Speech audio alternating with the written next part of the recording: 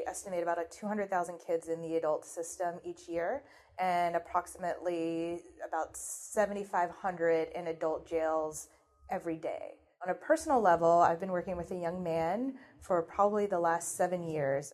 He's been through the juvenile system and he's been through the adult system. I've seen the gaps of services he received, and I constantly have to reassure him that there's more to your life than being in the system.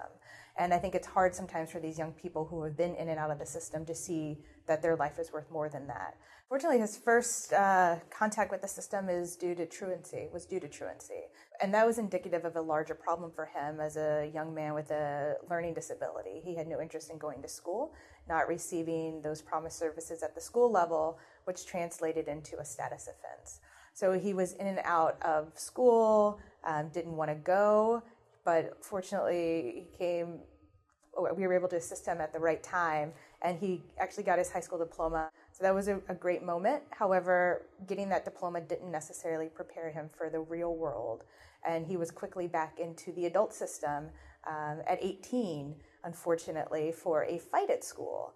And in DC, 18, you're an adult, simple assault. So that just kind of started cycling in a very downward spiral for him. Once there is a vast difference between the juvenile side of things and the adult side of things. And on the adult side of things, no services, no opportunities for rehabilitation or restorative justice practices.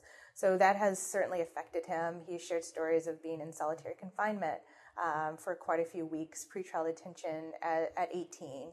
We know that adolescence doesn't end until our mid-20s, and to have a teenager experiencing the harsh realities of being in an adult facility, receiving solitary confinement was very difficult for him, and a harsh reality. The juvenile system at least provided him with an opportunity to go back to school. So you just don't receive that on the adult side, and I think the JJDPA kind of set the framework for that model across the country. I see the momentum that's happening across the nation. States are kind of getting smart on crime. They're seeing that these policies and regulations that were implemented in the 90s just aren't working. And I think that's where the JJDPA plays an important role. When states can receive funding to do innovative programming and offer more rehabilitative services, it takes away a little pressure from them as we're asking these juvenile justice systems to receive more kids who are charged as adults. How many kids are falling through the cracks? How many were really able to receive those promised rehabilitative services? And what do we do with this generation of young Black men who don't know what to do next? They don't have jobs. They don't necessarily have their high school diplomas. So what more can be done? How can we help them become better citizens?